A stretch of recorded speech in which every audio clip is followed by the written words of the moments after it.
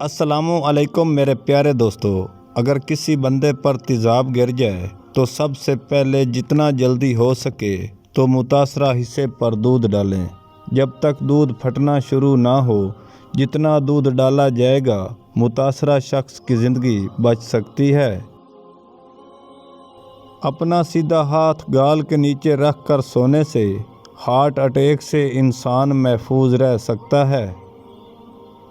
مچھلی کا تیل ناف میں ڈال دیا جائے تو پیٹ کی چربی پگھل جاتی ہے۔ اپنا چہرہ ہاتھ، لباس یا دوپٹے سے صاف کرنا بھولنے کی بیماری پیدا کرتا ہے۔ سورۃ فاتحہ پڑھ کر پیٹ پر دم کرنے سے پیٹ کا درد ختم ہو جاتا ہے۔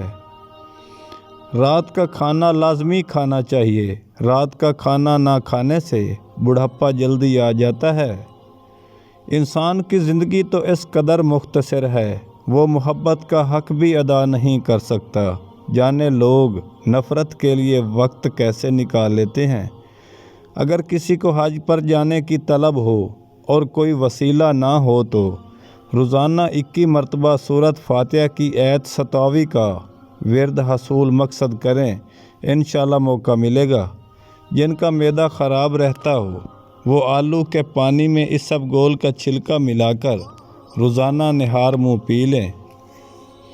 اگر آپ کے سر کے بال جھڑنے لگے تو ابلے ہوئے چاول کے پانی سے سر دھو لیں، بال گرنا بند ہو جائیں گے۔ 1 گلاس پانی پینے سے دماغ 14% تیزی سے کام کرتا ہے۔ چہرے پر بند گوبھی کا چھلکا لگا کر سو جایا کرو، جھریاں ختم ہو جائیں گی۔ جوڑوں کے درد کے لیے میتھی دانے کا استعمال بہت مفید ہے۔ 1 گلاس دودھ میں 1 چمچ چھلکے کا ڈال کر پینے سے قبض ختم ہو جاتی ہے۔ دن کے وقت اگر پانی کم استعمال کیا جائے تو چہرے کی رنگت کالی پڑ جاتی ہے۔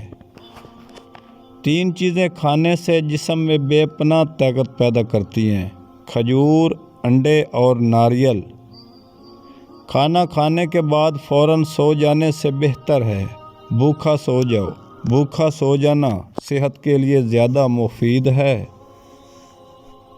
چقندر کے پتوں کا پانی نکال کر سر پر لگانے سے سفید بال سیاہ ہو جاتے ہیں۔ بالوں میں دودھ لگانے سے بالوں کی جڑوں کو اور سر کو قوت اور غذائیت ملتی ہے۔ روزانہ ادرک کا استعمال کرنے والا انسان کبھی بیماری کا منہ نہیں دیکھتا۔ حیض جاری کرنا: بنولا 4 تولہ لے کر کوٹ لیں، ½ کلو پانی میں جوش دیں۔ جب پانی آدھا پاؤ رہ جائے اتار لیں اور صاف کر کے 3 روز پلائیں۔ خواہ کتنی دیر سے رکا ہوا خون حیض جاری ہو جائے گا۔ ہمیشہ صبح جلدی جاگ جایا کرو، آپ کے بدن میں طاقت ہمیشہ رہے گی۔ جن کا دماغی کام زیادہ ہوتا ہے وہ گوشت چھوڑ کر سبزیاں زیادہ سے زیادہ کھائیں۔ اگر آپ کی چھاتی میں بلغم جم جائے تو پیاز کا پانی پی لو، بلغم خارج کر دیتا ہے۔ لیچی کے پھل کا شربت بنا کر پی لو۔ بیوی سے شرط لگا کر ہم بستری کر لو، ہارو گے نہیں۔